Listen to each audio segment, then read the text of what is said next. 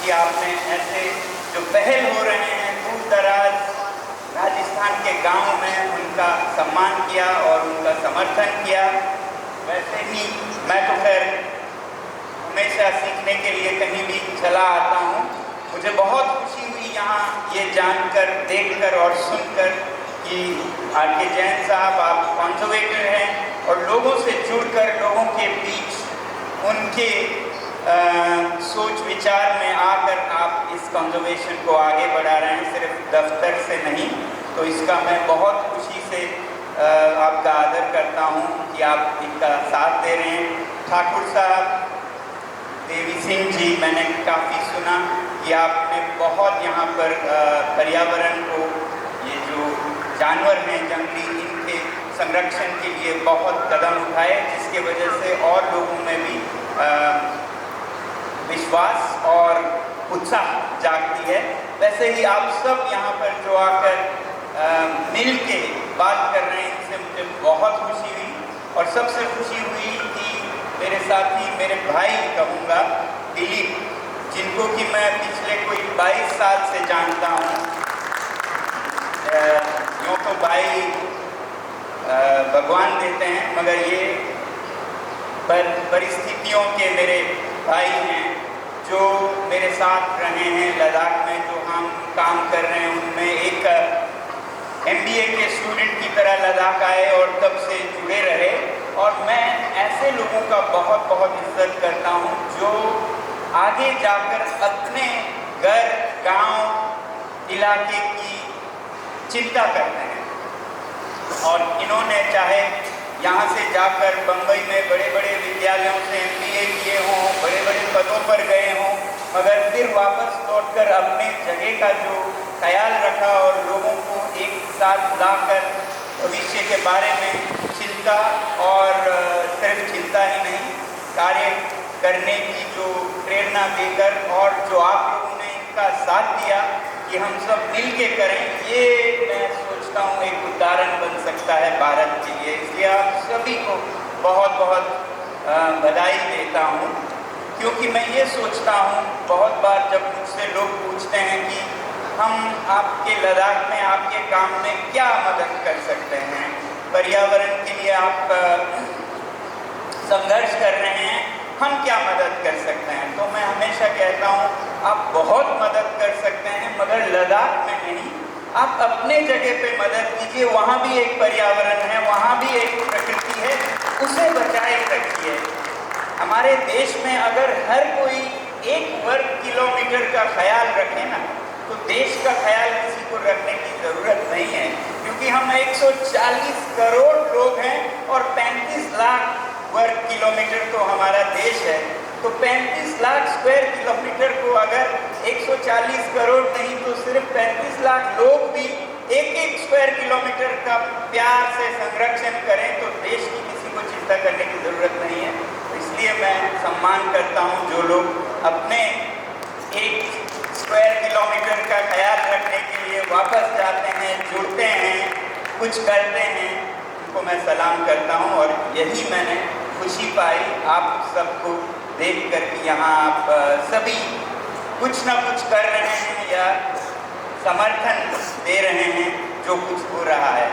तो ऐसा ही हम लद्दाख में भी कोशिश करते हैं। मैं अपनी 1 स्क्वायर किलोमीटर का ख्याल करूं और हो सके तो ज़्यादा करूं, औरों को करने में सहयोग दे सकूं। यहाँ पर आकर मैं राजस्थान की, खासकर जवाई की सुंदरता से बहुत बहुत प्रभावित हुआ हूँ। मुझे नहीं पता था कि इतने सुंदर जंगल, झील, पर्वत और जानवर यहाँ पे हैं, मुझे नहीं पता था, ये मेरी अज्ञानता थी। मैं देखकर बहुत बहुत खुशी से झूमा कल और आज मैं देखता रहा हूँ आपके इस इलाके को। तो इसे बचाए रखना बहुत ज़रूरी है और इस पर आप लोग सोच विचार और काम कर रहे हैं, ये बहुत बड़ी बात है।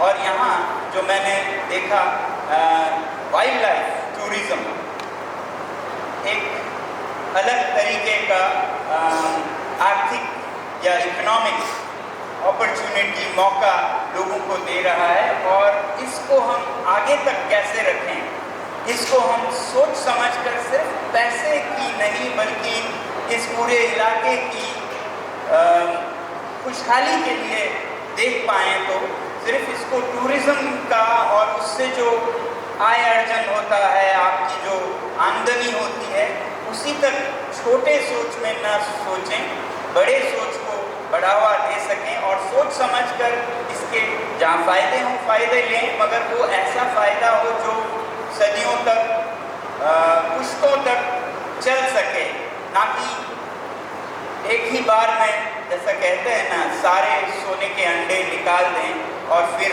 कुछ ना रहे आगे की पीढ़ियों के लिए। तो मुझे याद आए जब मैं कल लेपर्ड्स देखने जा रहा था, बचपन में मैंने एक किताब में छोटी सी कहानी पढ़ी थी और उसने मुझे बहुत प्रभावित किया था पर्यावरण के बारे में सोचने के लिए और आगे चलकर काम करने के लिए। तो उस कहानी में क्या था कि आप जब लेपर्ड्स, जैसे हमारे वहाँ स्नो लेपर्ड है, तो मैं स्नो लेपर्ड कंट्री से आया हूँ, उसी का एक भाई, चचेरा, कज़िन जो कि लेपर्ड है, वो आपके यहाँ हैं, तो हम एक तरह से जुड़े हुए हैं राजस्थान में और लद्दाख में। वैसे भी मैं हमेशा किसी को जब लद्दाख समझाता हूँ तो कहता हूँ आप राजस्थान सोचिए, बस 4 किलोमीटर हवा में है तो वो लद्दाख है, जहाँ आप नीचे मरुस्थल में हैं, वहाँ हम ऊपर। और जब मैंने ये लेपर्ड का सुना तो वो कहानी याद आई। कहानी में ये लिखा था कि अगर आप लेपर्ड्स को, और जो एपेक्स प्रेडेटर्स जिसे कहते हैं, जिनसे कई बार लोग दुश्मनी का सा सोच रखते हैं कि ये तो हमें खा जाएंगे, मार देंगे, इनको तो मार देना चाहिए, तो मुझे हैरानी तब हुई जब ये लिखा था कि अगर आप लेपर्ड्स को मार डालोगे तो बाढ़ आ जाएगी। सोचने लगा ये क्या तोता मैना की कहानी है कि लेपर्ड्स को मार डालो तो बाढ़ आएगी। बहुत सोचने लगा, कहानी पढ़ना रोक कर मैं सोच में पड़ा कि कैसे लेपर्ड्स को मारने से या टाइगर को मारने से, वहाँ स्नो लेपर्ड्स को मारने से बाढ़ आ जाएगी। तो मैं खास नहीं सोच पाया बाढ़ का और लेपर्ड्स का क्या रिश्ता है। आगे जाकर समझने लगा कि ये जो एपेक्स, जो फूड चेन में सबसे ऊपर हैं, ये बहुत बड़ी हमारी इकोसिस्टम को एक सेवा देती हैं। अब लेपर्ड तो खूंखार समझते हैं लोग, मगर बाढ़ कैसे आए जब मैं पढ़ने लगा तो वो कहानी भूल नहीं पाया। लिखा था कि जब लेपर्ड्स को अगर आप मार डालेंगे, ख़त्म कर देंगे, तो बाकी पशु जैसे हिरण हैं, जैसे और बहुत सारे जानवर हैं जो घास खाते हैं, वो इतने बढ़ जाएंगे कि सारे पहाड़ नंगे हो जाएंगे और फिर वो जब बारिश होगी तो वो बाढ़ नहीं रोक पाएंगे। जब वो जड़ों से काट दिए जाएंगी, पेड़, बकरियाँ, बदेल या क्या कहते हैं उनको आपके हिरण, ये सब इतने संख्या में बढ़ जाएंगे कि वो जड़ों से सारे पौधों को निकाल देंगे, तो फिर बारिश बाढ़ बनकर आपको भी बहा ले जाएगी। तो भाग का या चीता का या लेपर्ड का, तेंदुए का ऐसा एक काम है, सेवा है, ये मुझे नहीं पता था। इसलिए कभी कभी समझाना पड़ता है कि क्यों इनको बचाना हमारी अपनी हिफाजत है, क्यों, हालांकि ये दिखते डरावने हैं, मगर इनसे प्रेम करना और इनके अप्रत्यक्ष, इनडायरेक्ट सर्विस को समझना ज़रूरी है। तो ये पढ़ने के बाद मैं हमेशा से हर चीज़ को एक दूसरे से जुड़ा हुआ देखने लगा। हर चीज़ इंटरकनेक्टेड है, इंटरडिपेंडेंट है, और हम सभी प्राणी एक बड़े चित्र में अपना अपना हिस्सा लिए बैठे हैं। सबका हिस्सा बहुत ही महत्वपूर्ण है, मगर शायद ये कहानी सबने नहीं पढ़ा होता है, तो इसलिए लोग इसे दुश्मन समझ बैठते हैं इन्हें। और लद्दाख में ऐसा ही था। मैं खासकर खुश हुआ कि जो सोच लद्दाख में मैंने बनते देखा, वो इतने बड़े देश में और जगहों पर भी फलता फूलता देखकर। तो मैंने क्या देखा, जब मैं कॉलेज से निकलकर शिक्षा में काम कर रहा था तो एक मेरे साथी थे लद्दाख से ही, और वो मेरे दोस्त जंगली जानवरों के बारे में काम करते थे, मैं इंसानी बच्चों की शिक्षा के बारे में। और समस्या ये थी लद्दाख में कि स्नो लेपर्ड्स को हर गांव में लोग मार रहे थे। स्नो लेपर्ड्स को कभी वो ऐसे जाल बनाकर कहीं खाई खोदकर उसमें गिराकर उन्हें मार रहे थे, क्योंकि वो उनके बकरियों को मार डालते थे स्नो लेपर्ड्स, और लोगों को उन्हें ये दुश्मन लगता था। और समझ सकता था मैं कि हाँ, इनके सारे मांस मवेशी को मार डालता है तो शायद उन्हें ये दुश्मन लगना जाहिर है, मगर इस मेरे दोस्त का रवैया कुछ अलग था। स्नो लेपर्ड कंजर्वेंसी इस संस्था का नाम था, स्नो लेपर्ड ट्रस्ट के साथ मिलकर वो इसे और एक तरीके से सुलझा रहे थे, क्योंकि उसका शुरुआत था तो मैं देखना चाहता था ये किधर जाता है, कितना सफल होता है। तो वो लोग गांव वालों को ये समझा रहे थे कि ये तो आपका साथी है, इसको आप ना मारें, मगर गांव वालों को तो सीधा तो ये दिखता है कि उनकी नुकसान कितनी हुई है, तो साथी कैसे हुए। फिर उन्होंने उसी स्नो लेपर्ड को उनकी आय में, आर्थिक स्थिति सुधारने में साथी बनाना शुरू किया, स्नो लेपर्ड टूरिज्म प्रमोट कर कर। ये कोई 30 साल पहले की बात है। तो जैसे जैसे उन्होंने होम स्टेज ऐसे गांव में जहाँ पर कोई आता जाता भी नहीं था, और जो थोड़े से बकरियाँ थे उसको भी ये स्नो लेपर्ड मार देता था, तो बहुत मुश्किल उन्हें सामना करना पड़ता था। मगर इन लोगों ने इस तथ्य को कि यहाँ पर स्नो लेपर्ड्स हैं, और दूसरा तथ्य कि दुनिया में ऐसे जीव जंतुओं की बहुत रुचि से अध्ययन की जाती है, उनको और इनको जोड़ना शुरू किया, और इनके बारे में बताकर ऐसे एंथुसियास्ट को, जो वाइल्ड लाइफ एंथुसियास्ट थे, उनका एक नया टूरिज्म शुरू किया, जो इतने शुरुआती था कि मुझे खुद नहीं पता था ये किस तरफ जा सकता है। जैसे जैसे इन गाँव में होम स्टे शुरू किए, आप मैडम बता रही थी कि आप भी लद्दाख में जुड़े थे, तो इसको मैं देखता आया हूँ, और धीरे धीरे हर गांव में स्नो लेपर्ड को बचाने की एक लहर सी दौड़ उठी थी। इसके कारण पहली बात तो वो एजुकेट हुए कि इसके कारण हमारे इकोसिस्टम में क्या सर्विस है, दूसरा कि इसके कारण हमें जो नुकसान एक दो होता है, फायदे भी हो सकते हैं। तो टूरिज्म बढ़ता गया, और टूरिज्म के साथ साथ उनकी बनाई हुई चीज़ें बिकने लगी, कोई बुनती हैं तो उनके स्वेटर बिकने लगे, शॉल बिकने लगे, स्नो लेपर्ड डॉल्स बनाकर वो फैल के बिकने लगे, उनके घर में लोग रहने लगे, आमदनी होने लगी। तो गाँव के लोगों को अब शहर जाने की ज़रूरत कम, अपने ही गाँव में स्नो लेपर्ड के कृपा से आर्थिक आय आने लगा, और इससे बिल्कुल बदलता मैंने देखा लोगों का रुझान। साथ ही साथ सिर्फ आय पर ना आधारित हो, शिक्षा भी ज़रूरी है कि हम, दुश्मन तो है सिर्फ पैसे का फ़ायदा है, नहीं, ये दुश्मन ही नहीं है, हमारे ही कजिन्स हैं जंगल में, जो हम सबके साथ मिलके इस प्रकृति को बनाते हैं। ये तो वो शिक्षा भी विद्यालयों में जाके बच्चों में स्नो लेपर्ड के प्रति प्रेम या दोस्ताना सोच बढ़ाने का भी काम करने लगे, और इस कारण आज लद्दाख में शायद कोई भी स्नो लेपर्ड को दोस्त के सिवाय दुश्मन की नज़र से नहीं देखता है, हालांकि 30 साल पहले बिल्कुल उल्टा था। तो मुझे बहुत बहुत खुशी हुई कि यहाँ पर लेपर्ड अपना काम कर रहा है, इस गांव में उस तरह की आय आ रही है, और इसका मतलब है कि यहाँ पे कितने लोग शायद जयपुर या बम्बई जाने के बजाय अपने गांव में रह पा रहे हैं, क्योंकि यहीं पर उन्हें ऐसा आय मिल रहा है जो शायद बम्बई, अहमदाबाद या जयपुर में मिलता।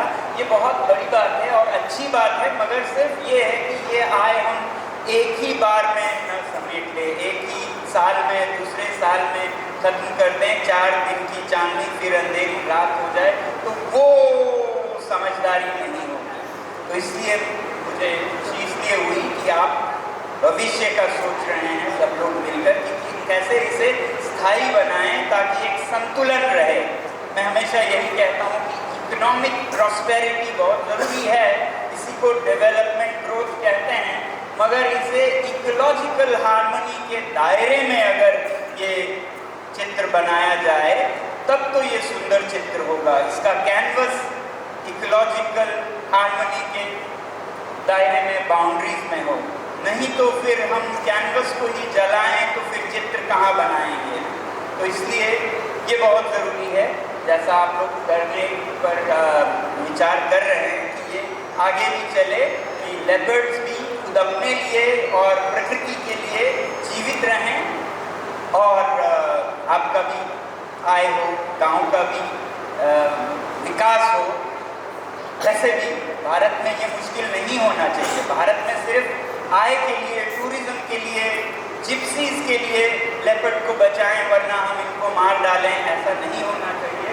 भारत वो देश है जहाँ से अहिंसा परमो धर्मा की विचार दुनिया में जाते हैं।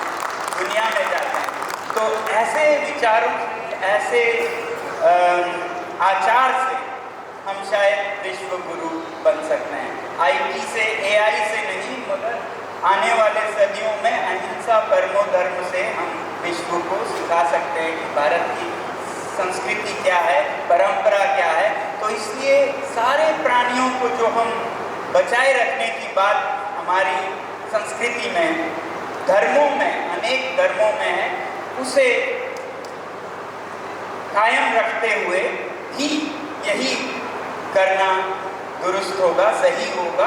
क्योंकि सिर्फ इकोनॉमिक फ़ायदे के लिए स्नो लेपर्ड को रखें ये अधूरा होगा। कल को फिर ये इससे बेहतर कोई आय आ जाए आपको कोई खनन से, तो फिर लेपर्ड को मार डालो, अब इसमें से ग्रेनाइट निकालो, मार्बल निकालो। तो पैसे के अकेले के बुनियाद पर अगर आप ये करें तो ये फिर स्थायी नहीं होगा।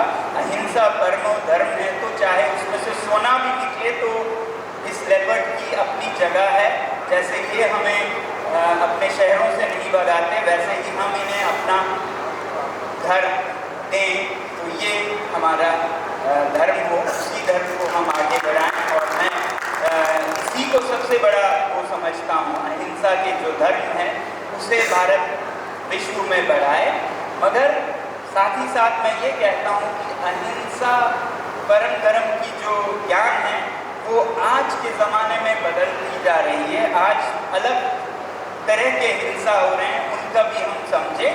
आज की हिंसा वो नहीं है जब हम तीर कमान से या छुरे और तलवारों से हिंसा करते थे, तो वो हिंसा दिखना बहुत आसान था, बहुत आसान था। इसलिए गुरुओं ने, हमारे धार्मिक जो गुरु हैं, उन्होंने ये सिखाया अहिंसा परमो धर्मा, अहिंसा परमो धर्मा। और उन्होंने इतना अच्छा सिखाया कि आज लगभग कोई भी छुरे चाकू से, तीर कमान से, बंदूकों से मारता नहीं फिरता है। आप समझ रहे हैं, ये जो हत्याएं हैं ये कम हो गई हैं। आज कोई बंदूक चलाए या छुरा चलाए तो वो अखबारों में आता है, और अखबारों में वो आते हैं जो कम होते हैं। हर दिन जो होता है वो अखबारों में नहीं आता, ये समाचार बन जाता है। इसका मतलब बहुत कम है ये जो चलन है। तो फिर क्या मतलब है? अगर कम है तो मतलब ये है कि पहले कभी, आज से 5000 10,000 साल पहले, जब हम शायद हंटर गैदरर्स थे, जब कोई नियम कानून नहीं थे, जब माइट इज राइट, जिसकी लाठी उसकी भैंस थी, तब लोग पत्थर से, छुरे से एक दूसरे को मार डालते थे। आपसे मेरी बात नहीं बनी तो मैं आपके सर फोड़ दूं, और वो ठीक था क्योंकि आप बलवान हैं, आपने मार डाला। तब गुरुओं ने ये सिखाया अहिंसा परमो धर्मा। और आज वो हिंसा तो बहुत कम हो गई है। मैं पढ़ रहा था इंटरनेट पर कि अकाल मृत्यु जिसे कहेंगे, उसकी सबसे कारण बड़े बड़े क्या हैं। तो मैं सोच रहा था ये जो छुरा बंदूक वाले अकाल मृत्यु के कारण हैं वो बहुत ऊंचे होंगे। मुझे हैरानी हुई कि वो तो 26वें नंबर पर था आज। इतना कम हो गया है कि कभी हो जाए तो वो समाचार पत्रों में आ जाता है। फिर क्या आज का हिंसा है जिसके लिए अहिंसा परमो धर्म को दोबारा से देखने की जरूरत है। आज की हिंसा क्या है वो भी उसी में निकला। नंबर 1, नंबर 2, नंबर 3 जो आज के अकाल मृत्यु के कारण हैं वो सब पर्यावरण से जुड़े हुए हैं। वो सब पर्यावरण से जुड़े हुए हैं। आपको पता है वायु के प्रदूषण से ही 1 करोड़ लोगों के लगभग की मृत्यु हो जाती है। 1 करोड़ लोग दुनिया में मर जाते हैं सिर्फ एयर पोल्यूशन और छोटे मोटे एनवायरमेंटल कारणों से। और ये 1 करोड़ कम नहीं है। फिर मैंने सोचा ये 1 करोड़ कितनी बड़ी संख्या है, थोड़ा वो भी देखूं। तो थोड़ा अध्ययन किया तो देखा कि पहला विश्व युद्ध और दूसरा विश्व युद्ध उन दोनों को अगर हम जोड़ दें तो लगभग 10 साल चली ऐसा कह सकते हैं। तो उन 10 सालों में कितने लोगों की मृत्यु हुई देखा तो वो कोई 10 करोड़ थे। 10 करोड़ का 10 साल में मरना यानी कि 1 करोड़ का 1 साल में मरना। और वही तो आज हो रहा है। आज पर्यावरण के कारण लगभग 1 करोड़ लोग हर साल मर रहे हैं, यानी कि तीसरा विश्व युद्ध छिड़ चुका है। आप समझ रहे हैं? तो हत्याएं बहुत हो रही हैं, बस छुरे से नहीं हो रही हैं, बंदूकों से कम हो रही हैं, ज़्यादातर हमारे गाड़ियों से हो रही हैं, हवाई जहाज़ों से हो रही हैं, जीवन शैली से हो रही है। जिस तरह से हम 4 जोड़े कपड़े ज़रूरत हो तो 40, 5 जोड़े जूते अगर आपको ज़रूरत हो तो 50, उससे जो धुआं निकल रहा है उससे हो रहा है। तो उस अहिंसा परमो धर्म को भी हमें पुनर्परिभाषित करना होगा कि हिंसा वो भी है। तो इसलिए बड़े स्तर पे देखें तो मैं यही कहता हूँ कि सादा जीवन जिए जिससे कि हिंसा कम हो। अहिंसा पे आप चल रहे हो क्योंकि हिंसा की आप समझ रहे हैं ना, जो 1 करोड़ लोग मर रहे हैं उनमें हम सबका भी हाथ है। हमारे हाथ भी रंगे हुए हैं। आपने बंदूक नहीं चलाया मगर आपने जो हवाई जहाज से यात्रा की, आपने जो बड़ी गाड़ी या आपने जो जिप्सी चढ़ाया चट्टानों पर बिना ज़रूरत के ग्राहक को खुश करने के लिए, वो भी लाल ही रंग में रंगे हुए हैं। तो इनको भी कम करना होगा। तो जवाई को ऐसा एक उदाहरण बनाइए जहाँ पर कि eco friendly wildlife watching होती हो, जहाँ बिना क्या कहेंगे हम हिंसा के non violent wildlife safari का एक डेस्टिनेशन बनाइए। क्योंकि ये जो वायलेंट जो हम जिंदगी जी रहे हैं इनसे, जैसा मैं कह रहा था, 1 करोड़ या दिल्ली शायद जयपुर में भी हो, इन शहरों में तो लोगों की आयु 7 से 10 साल तक कम हो रहा है ऐसा कहा जाता है। उनको अगर 80 साल जीना है तो वो 70 पे मर रहे हैं, मगर उसे हम हत्या नहीं कहते हैं क्योंकि वो छुरे से नहीं होता है, इसलिए नहीं कहते हैं, वो आपके धुएं से हो रहा है। तो उसको समझते हुए आप एक नया दौर लाएं जवाई में, जिसमें आप पर्यावरण प्रेमी तो दिखे, आपका ब्रांडिंग पहले से ही आप अगर लेपर्ड को बचाकर उसके टूरिज्म से फ़ायदा ले रहे हैं ना कि उसके खाल से, तो वो ही बहुत बड़ा एक कदम है। मगर सितारों से आगे जहाँ और भी हैं, तो आगे का सोचिए कि कैसे आप जवाई को एक eco friendly non violent wildlife sanctuary या रिजॉर्ट या एक्सपीरियंस की तरह पोजीशन करें। इससे 2 चीज़ें होंगी। एक तो आपका इस पाप में हिस्सेदारी नहीं होगा। हिंसा का जो ये जो धुएं का हिंसा है उसमें आपका हिस्सेदारी कम होगी, वो उतना नहीं होगा, थोड़ा सा कम होगा क्योंकि बाकी दुनिया तो ऐसे ही चल रहा है। मगर औरों के लिए उदाहरण बनकर शायद आपकी प्रेरणा से और भी बहुत सारे जगह नॉन वायलेंट ग्रीन टूरिज्म या इको टूरिज्म की तरफ जाएं। दूसरा फ़ायदा आपको आर्थिक भी होगी। आर्थिक इसलिए होगी, आजकल ब्रांडिंग पे बहुत चीज़ों की कीमतें निर्णय होती हैं। तो अगर आप आज 500 या 1000 में सफारी कर रहे हैं, तो जब आप non violent green wild life experience देंगे तो उसको आप उससे 2 गुना, 3 गुना, 4 गुना, 5 गुना कर सकते हैं। उस तरह से आप कैसे लोग आते हैं उसको भी रेगुलेट कर सकते हैं। आप अगर हाई एंड एक्सपीरियंस इसे बनाएं तो ऐसे लोग आएँ जो कि प्रकृति की इज्जत करते हैं, जो कूड़ा कचरा नहीं करते हैं। एक तो आप प्राइसिंग से ही कर सकते हैं कि आपको थोड़े ही लोग आएँ, उसी से बहुत अच्छा आए, ना कि कचरा बढ़ जाए। मगर मैं चाहूँगा कि विद्यार्थी जो उतना पैसा नहीं खर्च कर सकते हैं, उनके आने के लिए भी आप अलग कोई सिस्टम रखें जिसमें कि जो सच में प्रेमी है पर्यावरण के वो आएँ, ना कि वो जो सिर्फ यहाँ पर एक सेल्फी लेकर सोशल मीडिया पे मैं कितना अच्छा हूँ ये दिखाने में कचरा यहाँ फैलाएं। तो आपको एक अच्छी तरह की और ऐसे मंथन करने होंगे कि आप जितना दवाई को ला पाए हैं उसके लिए मैं बधाई देता हूँ कि आप पहले से ही मतलब वाइल्ड लाइफ का शोषण न करके इसका आप क्या कहेंगे म्यूचुअली बेनिफिशियल कर रहे हैं। अभी तक ये किसी भी तरफ जा सकता है, शोषण की तरफ जा सकता है, दोहन की तरफ जा सकता है, या फिर ऐसे एक नज़ारा जिसमें कि आप एक उदाहरण बने जहाँ पर प्रकृति को और बेहतर बनाया जाए, रिजनरेटिव, रेस्टोरेटिव, जहाँ इस जवाई रेंज में आप और हरियाली लाएं और वन्य प्राणी फले फूले और लोगों की भी आर्थिक स्थिति और बेहतर हो। तो उसके लिए आपको ब्रांडिंग, शायद मेरी सोच है, मैं ज़्यादा नहीं समझता हूँ, मगर मैं ये समझता हूँ कि सबके लिए कचरे का जगह बनाने के बजाय अगर हम इसे एक एक्सक्लूसिव एक्सपीरियंस जिसमें कि एंथुजियास्ट के लिए जगह हो मगर हर कोई कचरा फैलाने नहीं आए, तो ऐसे में आप हो सकता है देख सकते हैं कि कैसे हम वॉकिंग जैसे पैदल आप एक्सपीरियंस ले सकें, या गाड़ियाँ ज़रूरत हो तो कैसे इलेक्ट्रिक व्हीकल्स में आप राजस्थान में हैं तो धूप बहुत है तो सोलर पावर्ड इलेक्ट्रिक सफारीज आप कर सकें, या जैसा कल हम देख रहे थे पद्मा जी कर रही थी हॉर्स का कर सकते हैं अगर उनकी भलाई बेहतरी वो सब का ध्यान रखा जाए तो।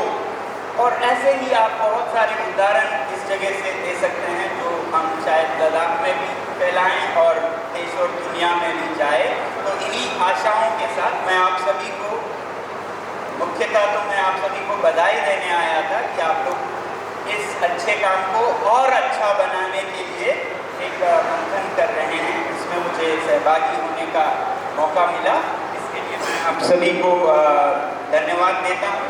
बस यही कहूँगा कि उदाहरण कायम कीजिएगा ताकि औरों को भी आपसे सीखने का मौका मिले। ऐसे बड़े विजन के साथ आप करेंगे तो आप अपने काम में तो ज़रूर सफल होंगे और शायद बहुत से जगहों पे जहाँ ऐसे परिस्थितियाँ हैं उनके लिए भी एक प्रेरणा बनेंगे। मैं दोबारा आप सभी को और मेरे फाउंडेशन को और यहाँ सब आए हुए मेहमानों का धन्यवाद।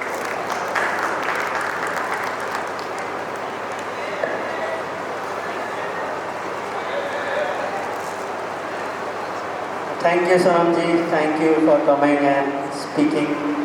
धन्यवाद आपका, आप आए और मेरे गांव आए, 20 साल के बाद ही आए, बढ़ा है और ये जगह देखी और आपको पसंद आई, इसके लिए बहुत खुशी है। ईर्ष्या हुई ओके, थैंक यू।